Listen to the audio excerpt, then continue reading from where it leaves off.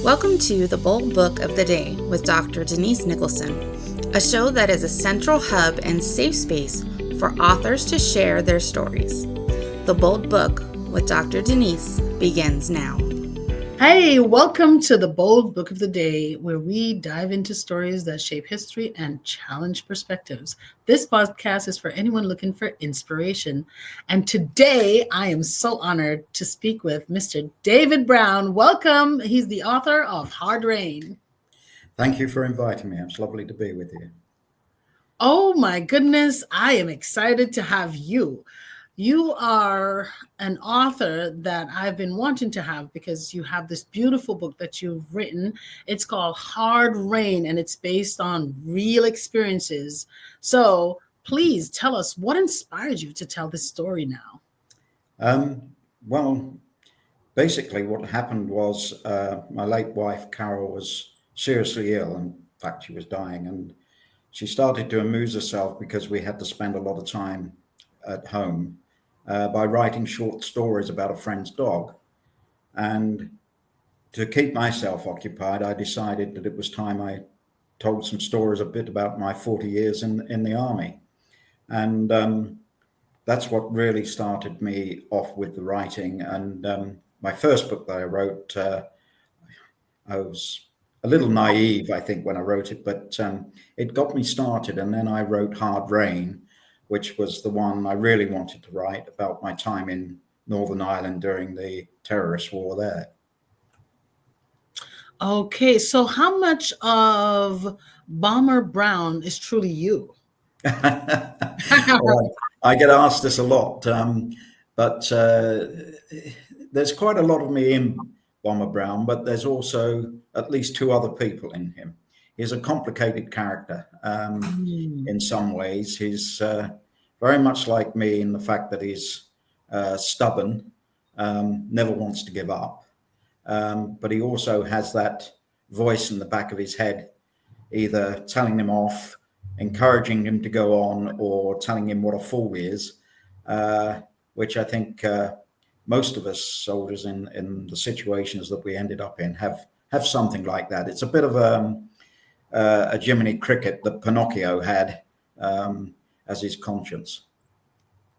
Okay, so tell me a little bit more about the conflict in Northern Ireland, and because it's not something that I am quite, knowledgeable. Well, it actually goes back a long way. I mean, in the 1920s, England, due to pressure from people in Ireland, decided to give Ireland back to the Irish people, quite rightly.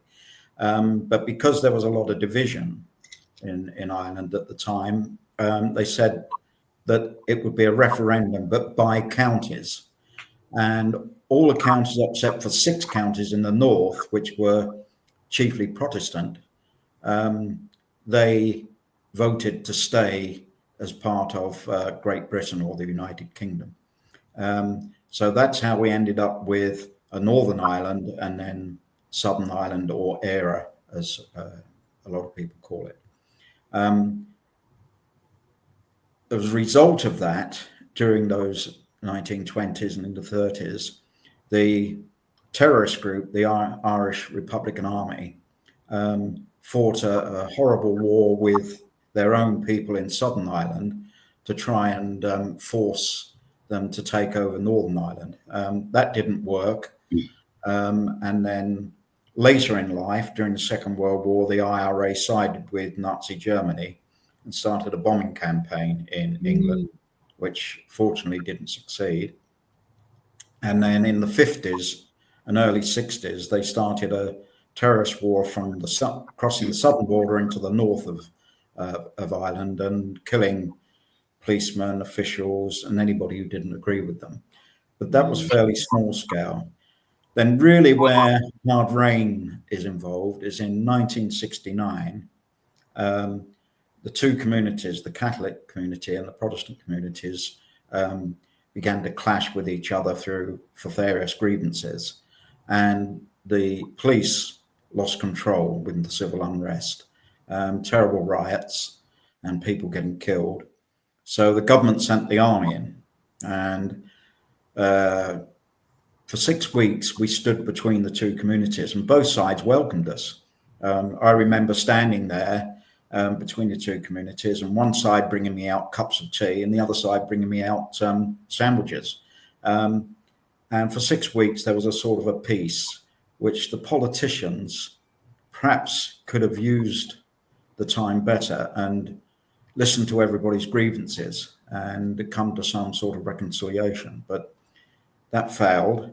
And then the Irish Republican Army and the Provisional Irish Republican Army and their offshoots started a brutal and awful terrorist war. And they didn't really care too much who they killed, whether they were Catholics, Protestants, army, police, as long as they were creating terror and could control certain areas of the community. And that's really where the story starts. 1969 to 1972 is the period that Hard Rain covers, with all the different problems. I think what I tried to create with Hard Rain in the book was that instead of just having a story, a fictional story based on historical events, as one sort of action, I've tried to portray it as day-to-day life for a member of the security forces, and how has central character Bomber Brown in Hard Rain gets dragged into the darker side of operations in Northern Ireland.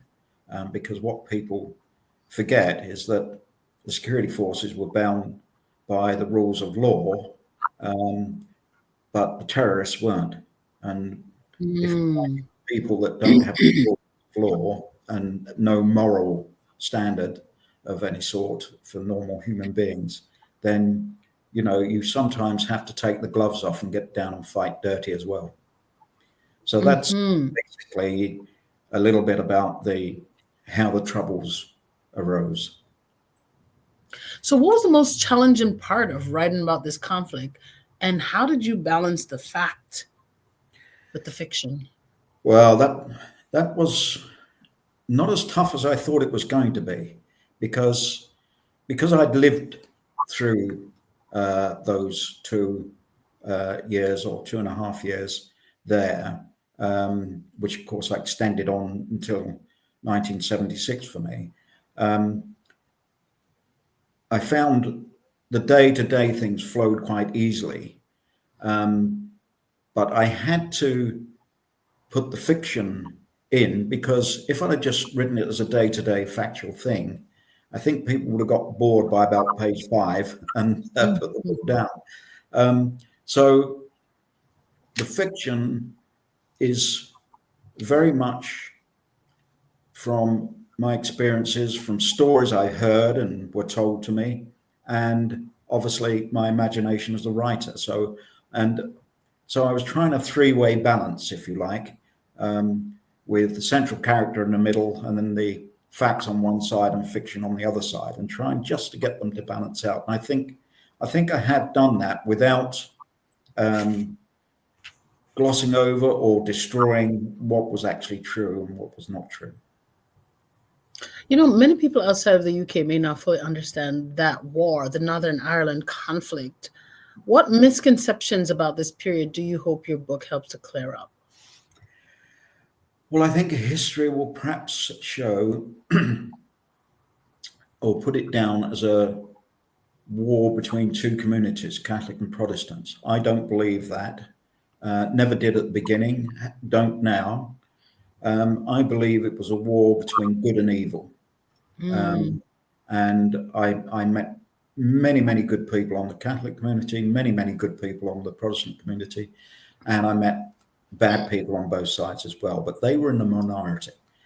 And the problem is, people must understand, if you bow down to evil, then it will take over and rule. So it takes good people to stand firm and together and really never give in to this sort of terrorism.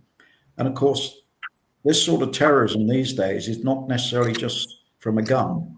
Um, you get online terrorism, you get community terrorism, you get person-to-person terrorism, and it happens all through the world.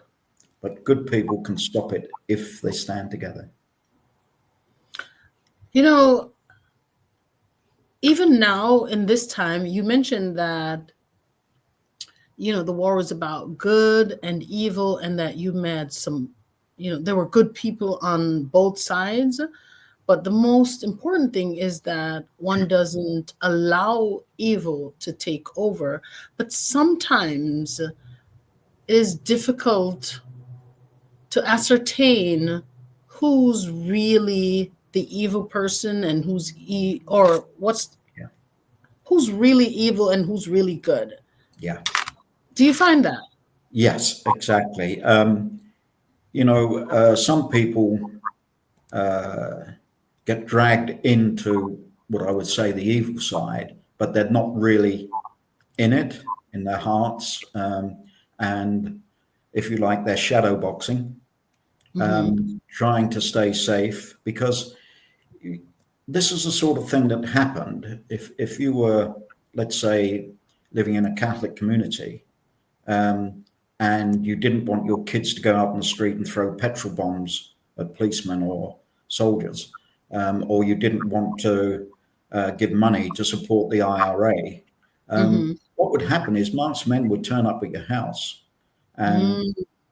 the minimum thing would be one person from the household will be dragged out and have an electric drill put through their kneecaps or shot through their kneecaps, or dragged off to some forest area and have a bullet put in the back of the head. And even to Mm. this day, there are dozens that we don't know the locations of their bodies and what the IRA did with them. And sad to say that a lot of those people in the Catholic community were women who had the guts to stand up for their families and for the community.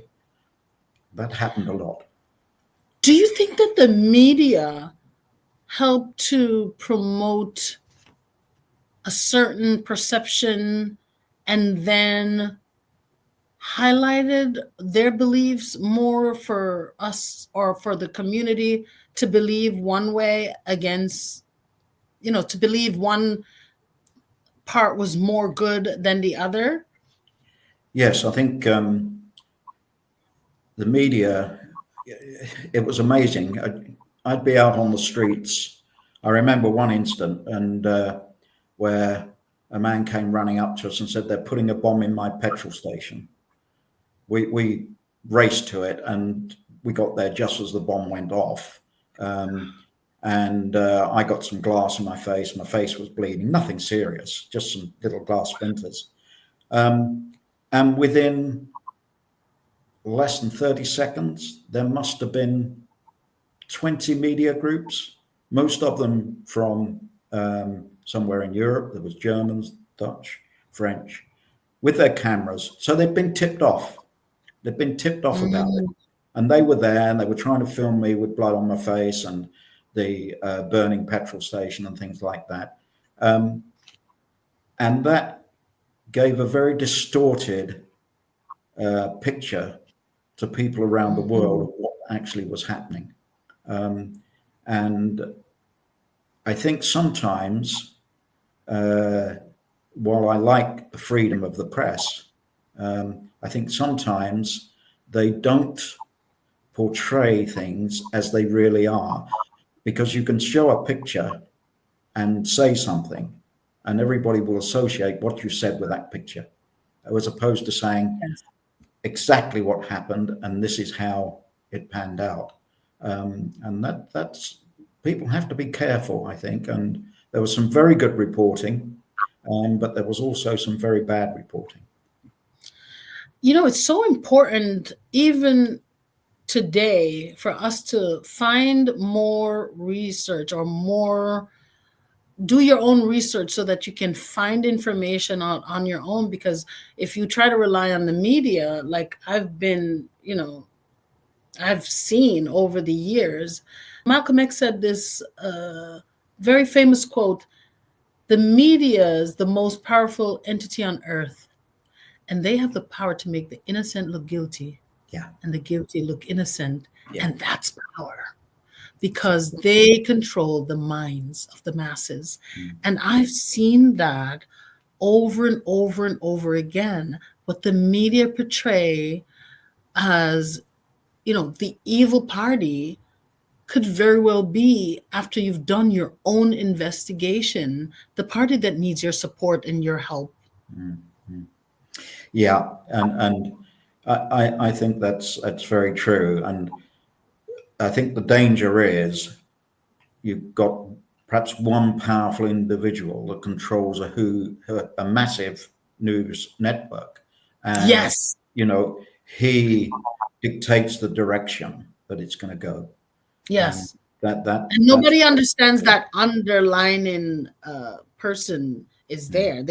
They just see the news and take it for what it is, mm, instead of doing more research and getting their information from not just one source. exactly. The problem I find today is that I go online and I read something and I think that doesn't tally with what I remember from my history lessons. And then I do more research and find out, well, no, it wasn't exactly like that. There was more than one side in this conflict, or whatever it was I was reading. Yeah. So I think quite often we get not so much misinformation, but misguided information Mm. online quite a lot. And that's what worries me for young people today. Not just getting information, but getting misguided information, because there probably are subjects of the media propaganda. Yeah. But, we can go on and on about that's another book. So tell me a little bit more about Bomber Brown. He was thrown into a war that quickly shifted from peacemaking to conflict. How does Yeah. this character evolve through the story? Yeah. Bomber, as I said, is more than one person that I've drawn him from. Perhaps I should explain the reason he's called Bomber is because Oh, anybody please. in the British Army in my day whose name was Brown immediately was given the nickname Bomber. The same as anybody whose name was White was called Chalky. Anybody who was called Clark got called Nobby. Don't ask me why. it's just the way the soldiers' minds work, and so that's how he gets that nickname. And he does get called by his Christian name by various people in the book as well, which I hope I haven't made it too confusing for readers. But that's how that started. But he's like me. He joined the army when he was 15, Mhm. British Oh, Army, baby. which he could in those days. But you couldn't be. You went into a training unit and you got 2 years very, very good training and a very good education, which was good for me because I'd had a bad education, or a poor education, I should say, Right. before I joined the army. And then when you're 17, you can join a regular unit and be deployed overseas. And so he started off like that. So he started off as a private soldier, a rifleman in the ranks, and he quickly works his way up through the ranks and ends up as a non-officer but commanding an infantry platoon in Northern Ireland. And then later on in life, which comes in the next book or the next two books, he gets a commission and becomes an officer. So that's very much based on my steps through the army. With Bomber, though, he's quite obsessed with not giving in, and he gets given jobs which any sane man would not take. But But because he's of his not saying no, he's not. He's not. And actually, uh, I finished writing the next book of Bomber in Northern Ireland called The Darkness, and while I was writing that, I definitely thought this guy needs to see a psychiatrist and sit down and have some counseling. But You'll have to write one into the third book. yeah, well, the third book I've started as well, but I'm waiting to see just how the character pans out and that, how he copes with life. But yeah, he then he's involved in the normal stuff, in patrols in the countryside and the riots and bombings in the city and the shootings. And then something kicks in and he's required to do something which he couldn't legally be ordered to do, which is go cross over the border from Northern Ireland into the south to apprehend some people. And that's when it starts. That's when he's really crossed over the line. We were talking about that line of good and evil, and when people are good and when So they're he evil. crossed a literal line and also seems like a physical line. Yes, very much. I mean, the border between Northern Ireland and Southern Ireland is about 300 miles long. And you've got the sea both sides, and it's easy to go around the border. But on that length of border, there's hundreds, if not thousands, of easy crossing places. You can just walk across. And the government were reluctant to put in what we call a cordon sanitaire, close the border off with fences and minefields and everything like that you could do, which they did in Rhodesia. But they didn't do that. So getting backwards and forwards was easy for everybody, the smugglers, the IRA, and the security forces if they wanted to do it. But technically, that was not allowed in normal circumstances.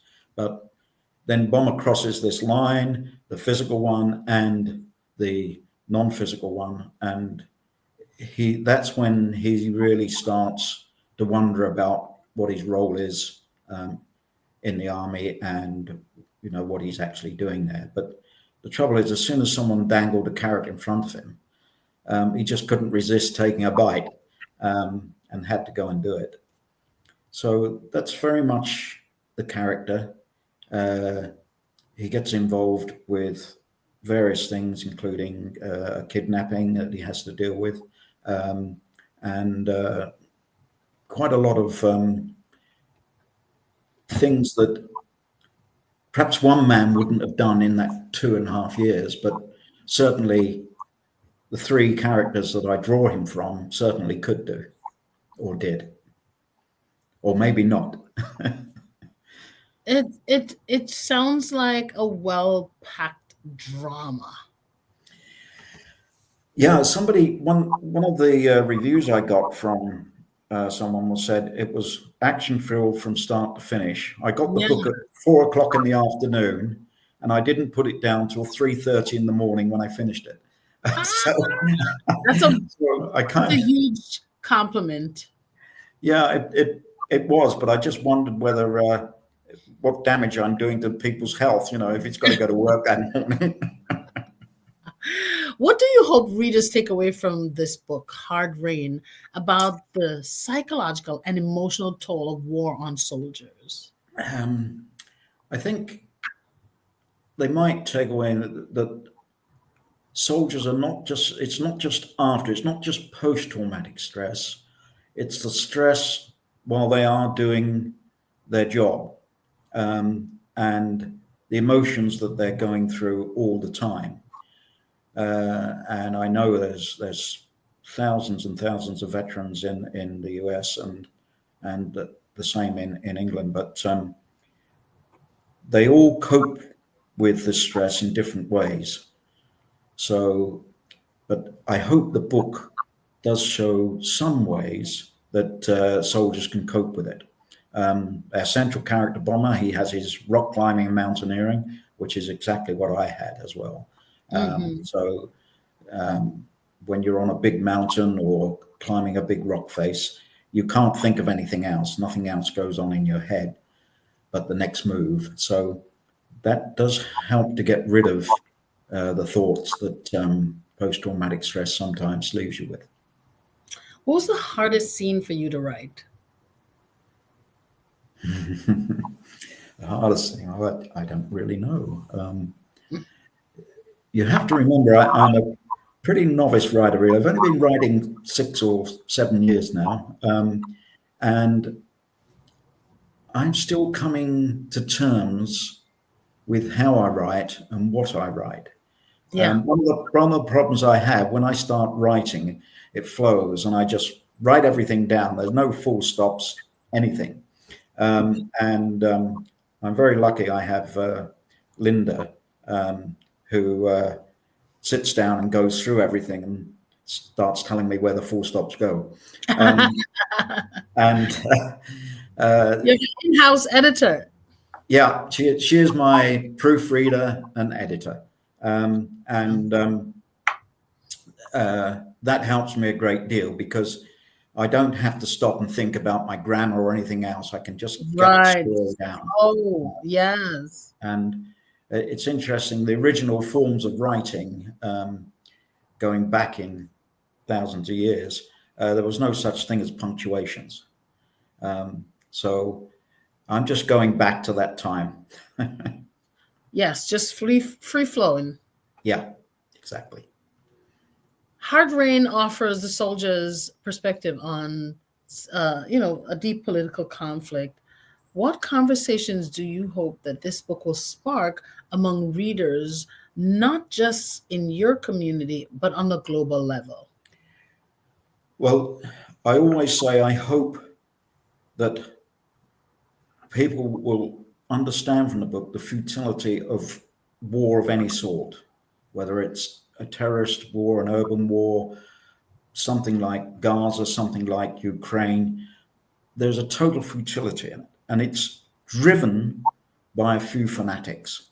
And I hope people will understand also that the good people have to stand firm, and you can't let the bad guys win, because if they win in one place, they'll go on to try and win in another place. That So I is so hope the easy to readers say. understand that. It's easy to say, but it's so hard to, because the people that are the perpetrators are coming in with large support. Yeah. They have the most weapons, they have the better strategies because they have a wider support of an army. So it's so easy to say stand up and fight for yourself, but but you know it is not easy. So what kind of advice would you have for the person who's listening, who's maybe in one of these countries that you just mentioned, and we're saying, don't give up, stand up and fight. But fighting requires support, and you can barely get the support because the people who are the perpetrators, they are largely armed. Yeah.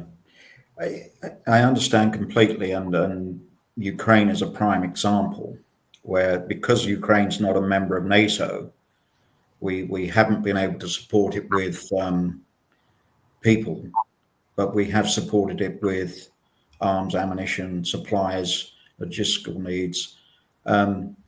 If we withdraw that and Russia roll in and take over Ukraine, and I'm very worried with what your current president is thinking and doing, and Europe have to stand up. Europe have to put more in. I think they were accused by President Trump of not putting any money in, but when you take Europe as a whole, with England as well, they put in as much money as America, as many billions of dollars as America. But we need to do more, and this is not a time to show weakness to Putin. Putin is a well. He reminds me. I've studied a lot of the Second World War and the First World War, and he reminds me very much of how Hitler started the Second World War, where he took countries over, and people stood back and didn't support. And finally, they had to when Poland was invaded, because there was a defense agreement between France, Poland, England, and I think one other country. And they had to step in and help. But this is very much, if they take Ukraine, Poland could be next, Belarus next, and it will go back. He wants to establish a new Russian empire. He doesn't care how many people die on his own side or anybody else's side to achieve it. And if we withdraw support for Ukraine now, this will happen. He will take it. I did not expect this hard conversation this morning because, yeah, because, you know, a lot of times the authors that come up here, they avoid controversies. And so, usually people dance around things and they don't really want to say anything, but you've really hit the nail on the head. And I guess in Hard Rain, you explore the complexities of conflict in Northern Ireland. But when you look at the conflicts that are going on around the world, some conflicts have been going on for years. Yeah. For example, the war in Sudan, that has been going on for a number of years. And those people have gotten no relief. So many refugees, so many people lost everything. And so a lot of times people just dance over it because they're afraid. But you have, I really appreciate how you've dived into this, because what we really have is each other at the end of the day. And all we can do is be the best version of ourselves and stand up to people who are bullies, and stand up to people of this world who are trying to shape the world for them. That's it. They are interested in their interest. Yeah. And as I am from Jamaica, but I am from African descent. And so I understand when people decide what's going to happen to you and your country or your continent, because I've learned throughout history that it was everyone except the leaders of Africa who decided who was going to get what part of Africa, and the continent in its entirety was divided by some rulers who decided we're not going to war amongst ourselves about who get what. We're just going to negotiate amongst ourselves and split it up. And it seems like the same thing is just perpetrated, decades after decade, a century after century, because that was what 1700. They divided up the continent of Africa. Yeah. But even now in the 21st century, we are still living and reaping the repercussions of that division. Exactly. Yeah. I mean, Africa is, it's a prime example where the European countries that were involved in Africa pulled out, and they don't want to get involved because they don't want to be accused again of colonialism. So what has happened now, that void is being filled by China. China's got quite a few countries in Africa so deep in debt to it that they really own it. And the Chinese influence is very, very strong there. And they will be the ones dictating who is going to be the leader of this country or that country. And that's because we, the European countries, and a little, not so much the US, have created a vacuum there, which could be filled by someone with money, influence, and the numbers to actually put their influence in and create a new, if you like, colonial power under the covers. And that's very worrying. And you mentioned the Sudan. That's been going on now for decades. We've got 3, maybe 4 generations of children there, or people there grown into adults and ended their lives, that have known nothing but war there, which is a little bit of what we had. We had 30 years of it in Northern Ireland, but as much as I always disparage, I'm not very fond of politicians, and as much as I complain about them, the politicians in England and UK didn't give in to terrorism, and they stayed the course. It took 30 years, but they finally got peace there. Having said that, we still have the IRA. They now call themselves the real IRA or the continuity IRA, who are trying to bring back terrorism to Ireland, which is fortunate that 99% of the people don't want and refuse to cooperate with, which is good. That's good people standing up to the bad.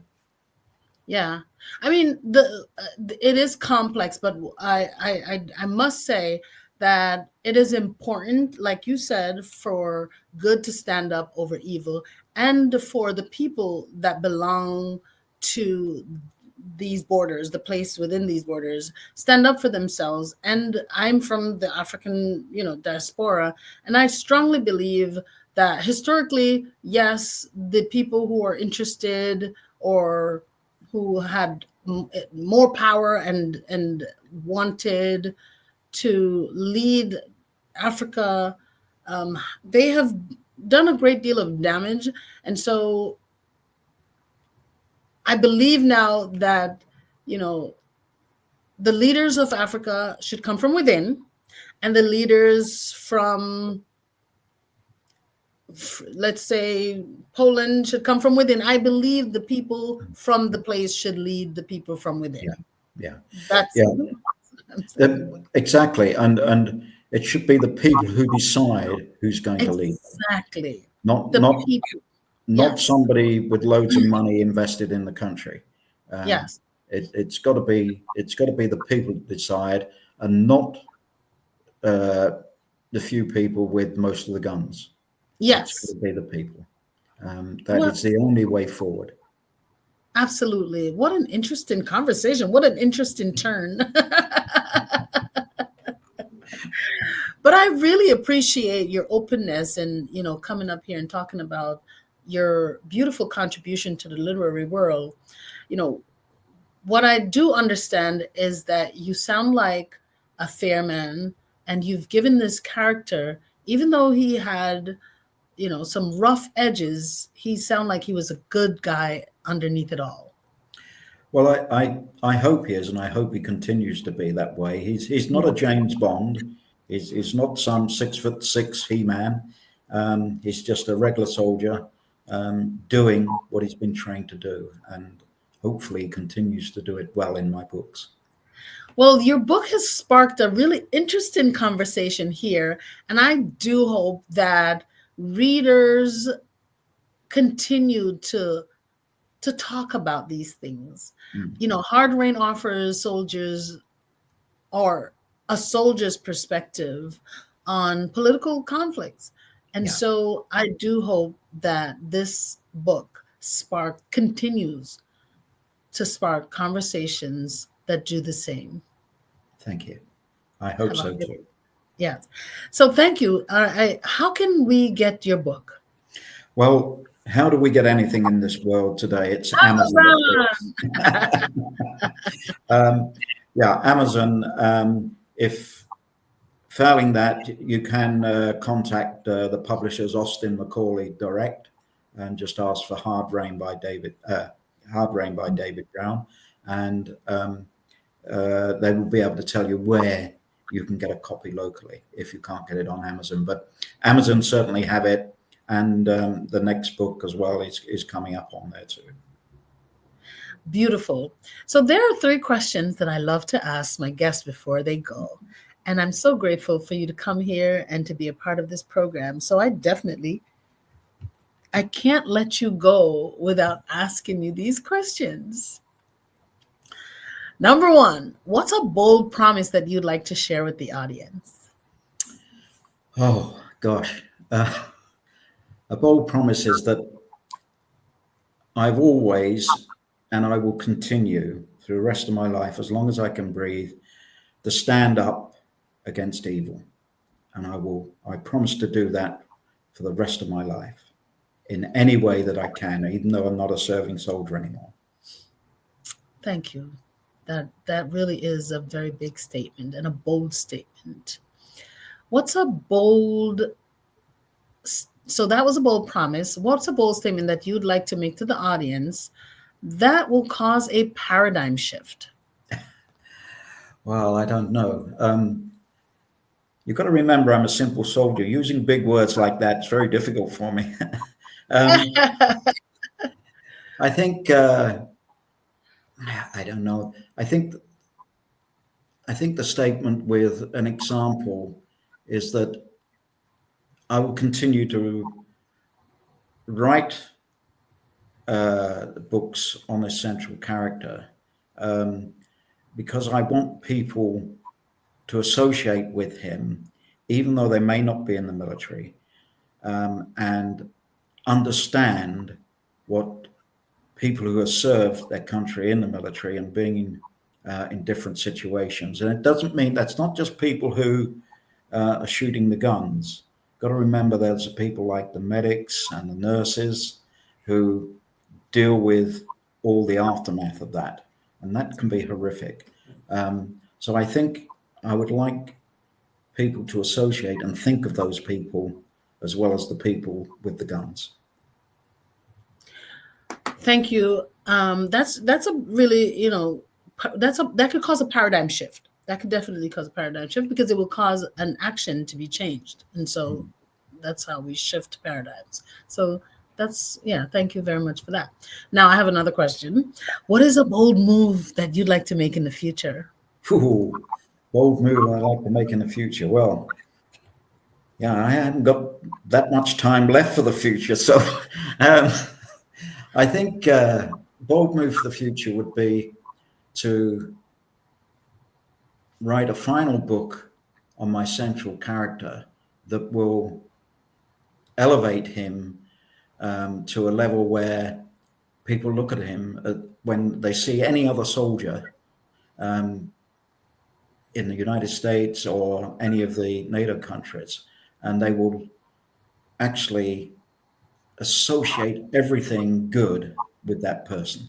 So Hmm. I don't know whether that's the right answer to your question, but that's what I think my bold step would be, is to try and create a book that achieves that. And that's what I'm trying to do with the next one. Thank you so much. This has been an insightful conversation, to say the least. Hard Rain is out there. Guys, please go and support Mr. David Brown. It's available on Amazon. The book is available on Amazon. So before we wrap up, write it down. It's Hard Rain by David Brown. And I hope you guys really take some time to sit down over the weekend and read this book and then give him a testimonial. Go back on Amazon and write a review because it's so important for us to get the message out there about good and evil. So for those of you who want to dive into Hard Rain, you can go and get it on Amazon. Okay? David, thank you for sharing your story and your insights and your journey as an author. I appreciate you, and I hope the listeners really found something that spoke to them during our conversation. You awoken something in me. So thank you very much. I appreciate it. Thank you for inviting me. It's been a joy. Thank you. For those of you out there who are listening and you've had the premonition to write a book, or someone has told you you need to write a book, Join me in the Writing Incubator so that I can help you get your book idea out of your head and so that you can publish this book and get your message into the hands of the people that are in need of the hope and inspiration that you can give. So you can send me an email at authordnicholson@gmail.com, or you can go on to boldpublishings.com and see what we have there that can help you get your book idea out of your head and onto paper. Thank you for joining, and I'll see you next time. And thank you, Mr. David Brown. You've been amazing. Thank you. Thank you. Thank you for joining us for the Bold Book of the Day with Dr. Denise Nicholson, a central hub and a safe space for authors to share their stories. Follow Dr. Denise on Facebook and Instagram at Denise Nicholson, or go to denisenicholson.com. Remember, no one can share your story better than you.